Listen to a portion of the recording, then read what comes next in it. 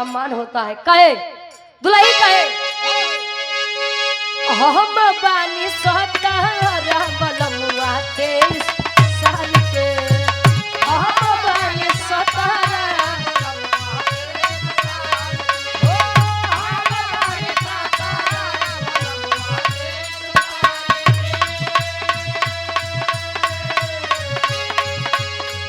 भौजी रे जवनिया राखी खतरे में डाल के, खतरे में डाल के,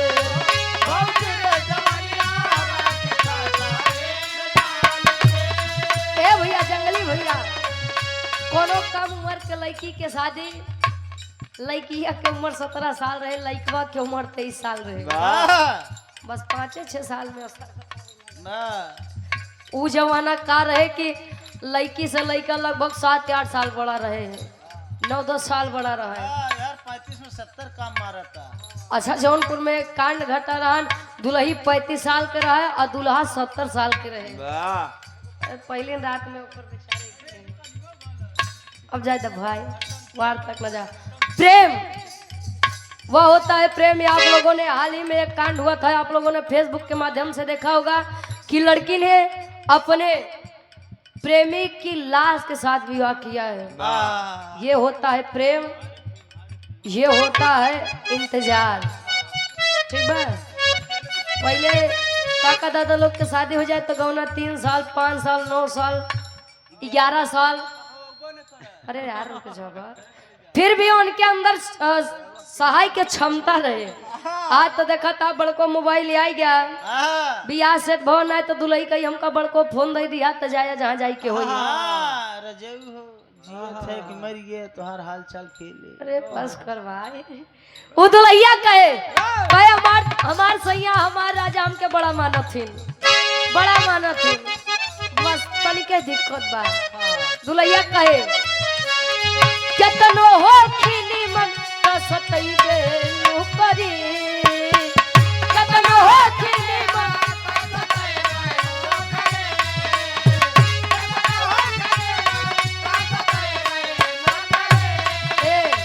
केतनो हो खिली मन सतई बे नौकरी, एतना फरक बाऊ मरिया में जंगली भैया, एतना फरक बाऊ मरिया में कमरिया तो दुखई रे नौकरी। ए हो एतना फरक बाऊ मरिया में कमरिया तो दुखई रे नौकरी। ए हो एतना फरक बाऊ मरिया में कमरिया तो दुखई रे नौकरी। गाय देते ही कहे एगो चुमवो ले जगल में, एगो चुमवो ले जगल में, सब दिलवो ले जरुआल में, एगो चुमवो ले जगल में, सब दिलवो ले जरुआल में, एगो चुमवो ले जगल में, सब दिलवो ले जरुआल में। कहे जाता चढ़ी के जह जाता राजावा चढ़ी के जहा जवा कल्याण मोहन के जाल में, जाता राजावा चढ़ी के जहा जवा कल्याण मोहन के जाल में, अरे जाता राजावा चढ़ी के जहा जवा कल्याण मोहन के जाल में, जाता राजावा चढ़ी के जह जवा परिहान मोहन के जाल में, एगो चुमवो ले जगाल में, संग दिलवो ले जरुआल में, एगो चुमवो ले जगाल में, संग दिलवो ले जरुआल में, एगो चुमवो ले जगाल में, लगी रहे। ये हमरे लड़का देखा जाए नहीं हो। अच्छा प्रेम मोहब्बत इश्क जीवन में एक ही बार होता है। इश्क नहीं यार, इश्क इश्क में बड़ा रिस्क होते जानो हाँ, तबीयत फिक्स हो जाती। कोनो लड़का के कोनो लड़की छोड़ के चली गई धोखा दे के। हाँ हो तब लड़को बेचारा बड़ा याद करे, बड़ा सोचे, बड़ा समझे। एक दिन फोन में ओकर फोटो देखे तो फोटो से एक बात कहे लड़का। का कहे? अब उनका मोबाइल दे दो। लड़का कहे अच्छा आज के समय में अगर क्रिया कसम से मनई मरात होते भारत देश के आधी आबादी तो ऐसे नहीं साफ हो जाते। पाकिस्तान तक कर ले ले। अच्छा अब उ लड़का कहे का अब वाह वाह सूरज भैया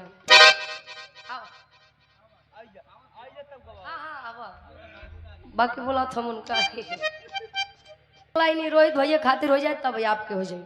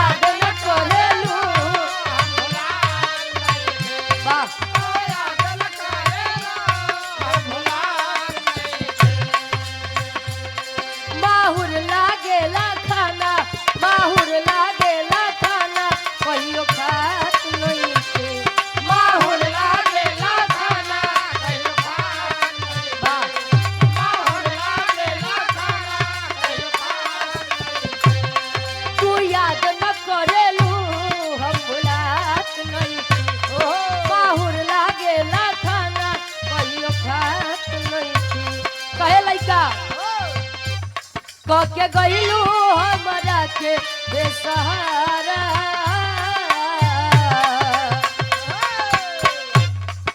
के गईलू हमरा के बेसहारा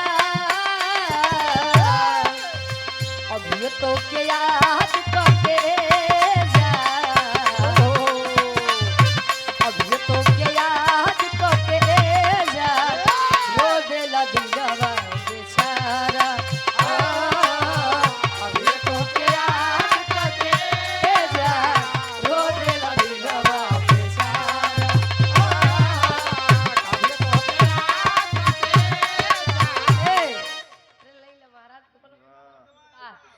हमरे बिरहा जगत के बहुत ही सुंदर कलाकार हैं, बहुत ही अच्छे कलाकार हैं, बहुत ही होनहार कलाकार हैं।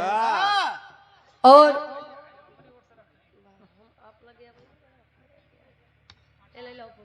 चंदन भैया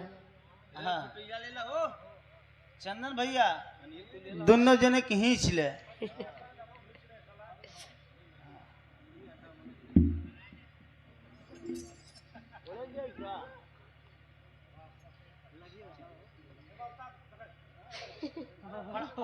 अबे तो जूम करत है। हाँ जंगली भैया ही चवाई ले आज रात तू।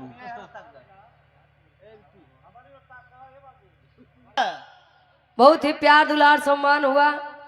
पहली बार ही मुलाकात हुई थी आपसे उत्तराखंड में ऋषिकेश में। बहुत अच्छा कार्यक्रम वहां पर भी हुआ था और बहुत अच्छा दोनों पार्टियों में सम्मान भी मान भी मेल मिलाप बढ़िया हो गया। हाँ हो हमारे जंगली राजभर भैया सुंदर माला और ढेर सारा माया पुरस्कार देकर हमें भी सम्मान किए और साथ ही हमारे पूरी टीम का भी सम्मान किए। माई भगवती आपके गायकी में 4 चांद लगावे। और ये अपना म्यूजिक प्रयागराज के प्रोपराइटर साहब हमारे महेंद्र यादव दादा प्रयागराज से आए बटे। आपके द्वारा 100 रुपये आशीर्वाद के चाह रही हमारे जंगली भैया इनहू के बड़ा सम्मान की है। अब फोन करके कहे रहे कि भैया आया जरूर। ऐसे कलाकार अच्छे लगते हैं, स्वाभाविक है, व्यवहारिक है। अमाई भगवती करें कि बिरहा जगत में आपका एक अलग मुकाम हो, अलग पहचान हो। तो एक बार जब बजौते हैं तो हमारे जंगली भैया खातिर जोरदार ताली बजी जाए। हाँ बजाओ था तो अच्छे से बजावा।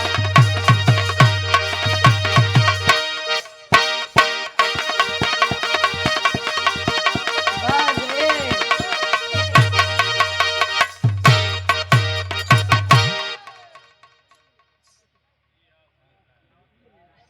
हे प्रभु। ए भैया ये हम उसे कहते हैं जो पर्वत को हिला दे।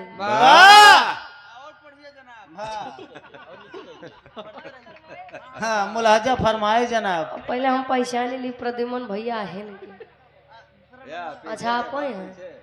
अरे वो फोटो और सामने से बड़ा अंतर होता जाना था कि हाँ खड़ा हो भैया तनी तो। नहीं हम देख ले भैया बस बस खड़ा हो जरूरत नहीं बात। तूफान उसे कहते हैं जो पर्वत को हिला दे और प्यार उसे कहते हैं जो जिंदगी भर निभा दे।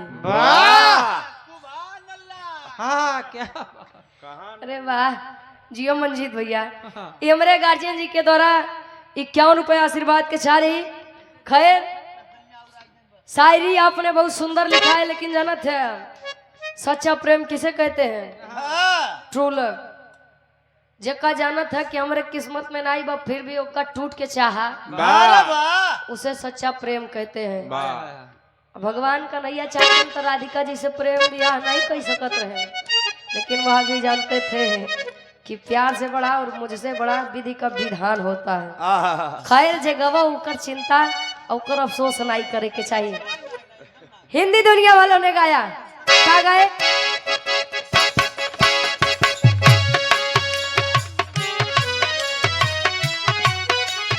कहे जिंदगी इम्तिहान लेती है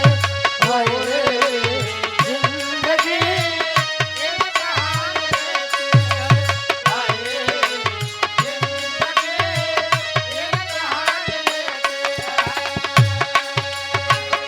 दोस्तों की जान दोस्तों की जान दोस्तों की जान लेती है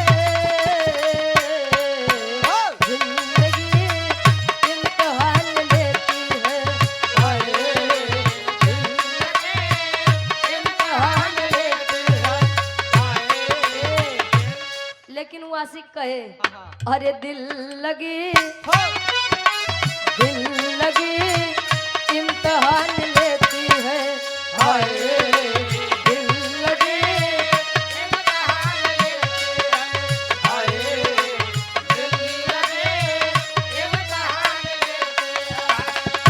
आशिकों की जान आशिकों की जान आशिकों की जान लेती है दिल लगी इम्तिहान लेती है दिल लगी इम्तिहान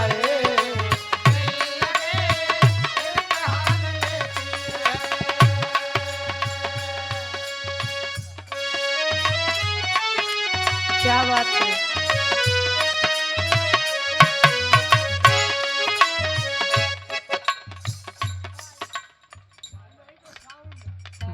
राज राज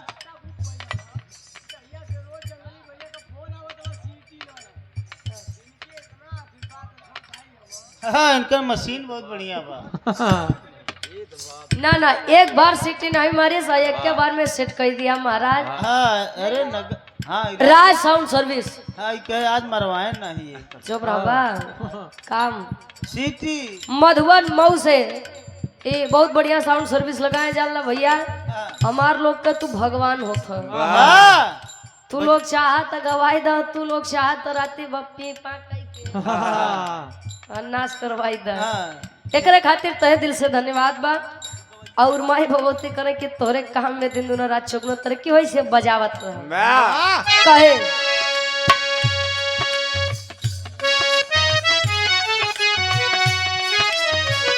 तेरी मोहब्बत ने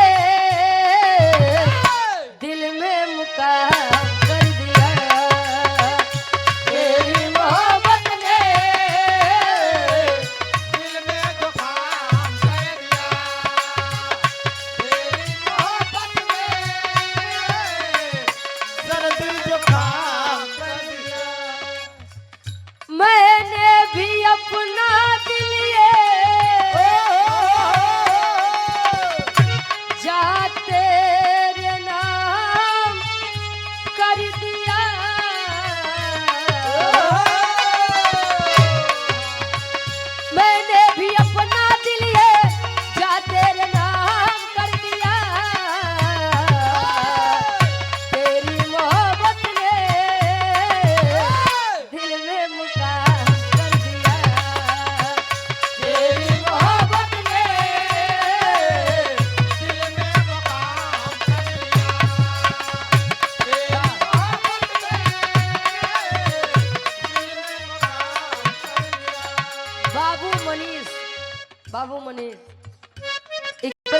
के फरमाइश बा एगो चुमवो ले जा गाल में, संगे दिलवो ले जा रुमाल में। तो जमन चुमो दे गाल में वह काट काट भरी कंगाल। जाए दो भैया के, हमरे मनीष भैया के फरमाइश बा हो जाई। तुझसे पूछूं एक सवाल, बोल जरा क्या है तेरा हाल। तुझसे पूछूं एक सवाल, बोल जरा क्या है तेरा हाल। तुझसे पूछूं एक सवाल, बोल जरा क्या है तेरा हाल। हेलो, क्या मेरी तरह तू भी तड़पता है, क्या मेरी तरह तू भी तड़पता है। अब है नींद किसे, अब है चैन का, अब है नींद किसे, अब है नींद किसे,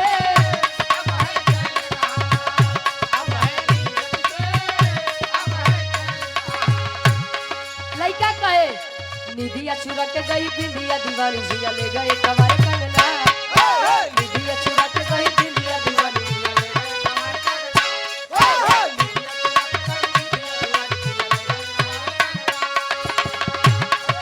डोली में बिठा के तुझे चुनरी ओढ़ा के मैं ले आऊंगा मेरे अंगना। डोली में बिठा के तुझे चुनरी ओढ़ा के मैं ले आऊंगा मेरे अंगना। डोली में बिठा के तुझे चुनरी ओढ़ा के मैं ले आऊंगा मेरे अंगना। प्यार का फूल दिल में महकता है, प्यार का फूल दिल में महकता है। अब है नींद किसे, अब है चैन का, अब है नींद किसे, अब है चैन का। बाबू मनीष के फरमाइश बा है एगो चुमो ले जाएगा बा जे जात बता जाएगा। ये के नायक हाँ, उत्तर प्रदेश के पूर्व मुख्यमंत्री जी आदरणीय अखिलेश यादव भैया जी, वाह, उनके लिए एक लाइन आदरणीय गए कवि जी लिखते हैं का। अब पीढ़िए के ललकार होई, सही पीढ़िए के सरकार होई।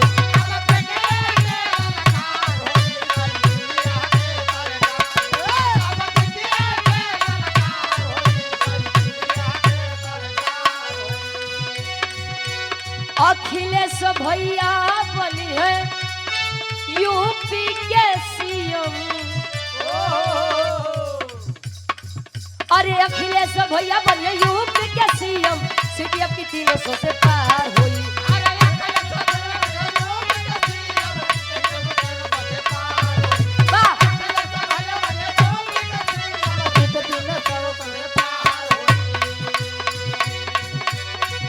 अरे अखिलेश भैया बने यूपी के सीएम, सीट अब की 300 से पार हुई। अब पीढ़िए के ललकार हुई, सही पीढ़िए के सरकार हुई। अब पीढ़िए के ललकार हुई,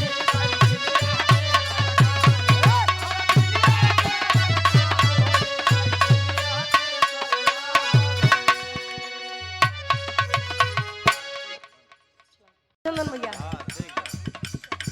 गाड़ी खियो बस लोग कमेंट दे उसका। आवा कोना दुल्ही अपने दुल्हा के हाल बतावे, का बतावे कहे। अरे हाली का कही पियावा के बिन चलवे इन जन छापता।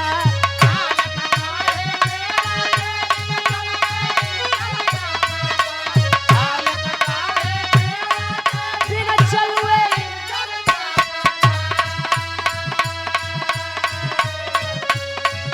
अरे हाली का कही पियावा के बिन चलवे इन जन छापता। नया नया ड्राइवर, अरे नया नया ड्राइवर, अरे नवे भाई भाई भागता। नया नया ड्राइवर, अरे नवे भाई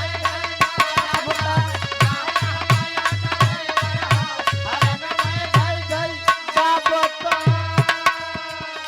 लेकिन ये हमारे सूरज भैया बाहर है, हमारे सूरज भैया बारे प्रधान जी बीडीसी साहब लगल रहो। कोनो ये हमरा सूरज भैया जी जैसा, रोहित भैया जैसा, और छोड़ा वो सब जायदा ये हमरे अमर भैया जैसे अखिलेश यादव जी के चाहे वाले हैं। तो ये लोग कहा थी का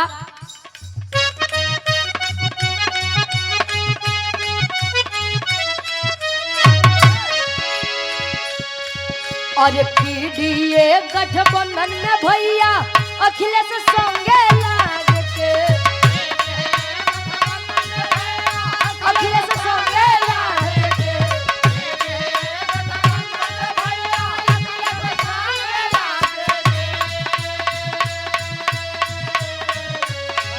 अरे पीडीए गठबंधन में भैया अखिलेश संगे लाग के, साइकिल वाली निशानिया के, अरे साइकिल वाली निशानिया के बटनिए भाई भाई दाब के, साइकिल वाली निशानिया के बटनिए भाई भाई दाब के।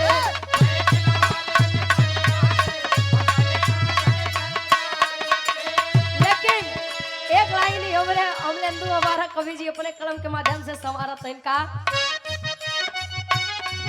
अरे हाली कराही 27 में जनता या भूले भापता, हाल कराही 27 में जनता या भूले भापता, हाल कराही 27 में जनता या भूले भापता, अरे हाली कराही 27 में जनता या भूले भापता, पीडीए गठबंधन दे, अरे पीडीए गठबंधन दे विरोधी थर थर कांपता,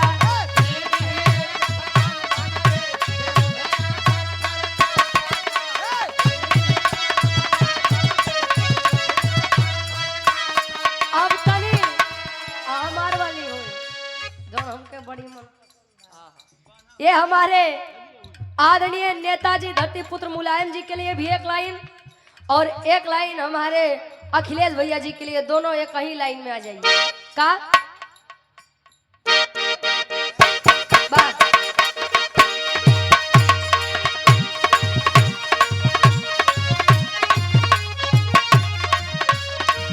कहे अरे रे मेरे जान थे मुलायम,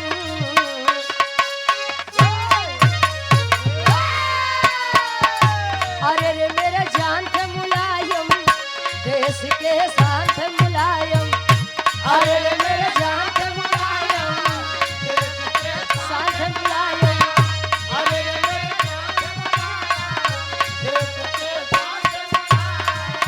अरे रे मेरे जान थे मुलायम, देश के साथ मुलायम, स्वागत है भैया अखिलेश का, अरे रे मेरे जान थे मुलायम, स्वागत है भैया अखिलेश का, अरे रे मेरे जान थे मुलायम, देश के साथ मुलायम, स्वागत है भैया अखिलेश का। कृष्ण कहूँ कहूँ रानिया को, कृष्ण कहूँ कहूँ रानिया को, पूजती हूँ मैं सुबह शाम को, मेरे भगवान थे मुलायम, देश के साथ मुलायम, मेरे भगवान थे मुलायम, देश के साथ मुलायम, स्वागत है भैया अखिलेश का, मेरे भगवान थे मुलायम, देश के साथ मुलायम, स्वागत है भैया अखिलेश का, यो मेरे भगवान थे मुलायम, देश के साथ मुलायम, स्वागत है भैया अखिलेश। एक लाइन और समाजवादी गीत ओकर बाद ही फरमाइश ओकर बाद कार्यक्रम के समापन रही। कहे कहता है देश समाजवादी बनो, हाँ वादी बनो, नेता अखिलेश के साथी बनो, कहता है देश समाजवादी बनो, हाँ वादी बनो, नेता अखिलेश के साथी बनो, कहता है देश चमर पास ही ए, समाजवादी बनो यार, चमर पास ही नहीं। पीडीए वाले। अच्छा पीडीए वाले हैं तो ठीक है। कहता है देश समाजवादी बनो, ना आस्तिक नास्तिक बनिए, ना नास्तिक बनिए, वास्तविक बनिए। वास्तव में जो हो रहा है उस पर आप लोग विचार करिए। नहीं तो जितना पढ़ा लिखा है नो जात है पंडा बनत है, और जितना कुर्सी पकड़त और कुर्सी पकड़त है तो कहाँ से देश का विकास होई। बाकी पढ़ा लिखा खूब भैया, लेकिन यह सरकार में नौकरी नहीं। हाँ, बाकी समय अगर बदल गया बीत गया तो हो ही सकत है कुछ विकास हो जाए, नहीं तो ऐसा ऐसा वोट चोरी। आयुष यादव अमिला बोजी से, ये छोटा सा मुन्ना 100 रुपए। वाह, ढेर देर ये बात 100 नोट दिखान में भाई। पढ़ लिख के अपने जिला जवार के नाम रोशन करा, खूब पढ़ा, खूब आगे बढ़ा। ए भैया, बाबा हरे जाना था इनके मंदिर के घंटा बजाए कुछ मिले वाला नहीं बा। यहाँ से वो लोग मंदिर छोड़ के आवत हैं राजनीति में।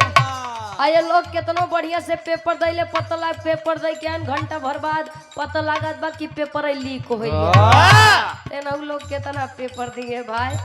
अब चलो पंडा बना, उसी बढ़िया कोनो नौकरी नहीं है। इसीलिए कहना है मुल्क हमारा तभी होगा आजाद। बोलो सच जिंदाबाद, बोलो सच जिंदाबाद, बोलो सच जिंदाबाद।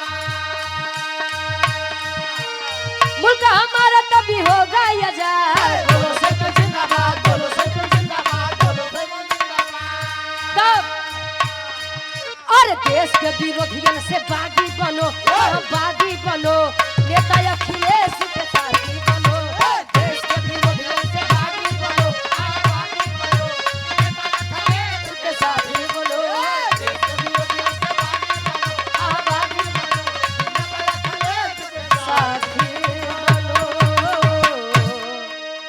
बाकी 2027 में तैयारी कर जा।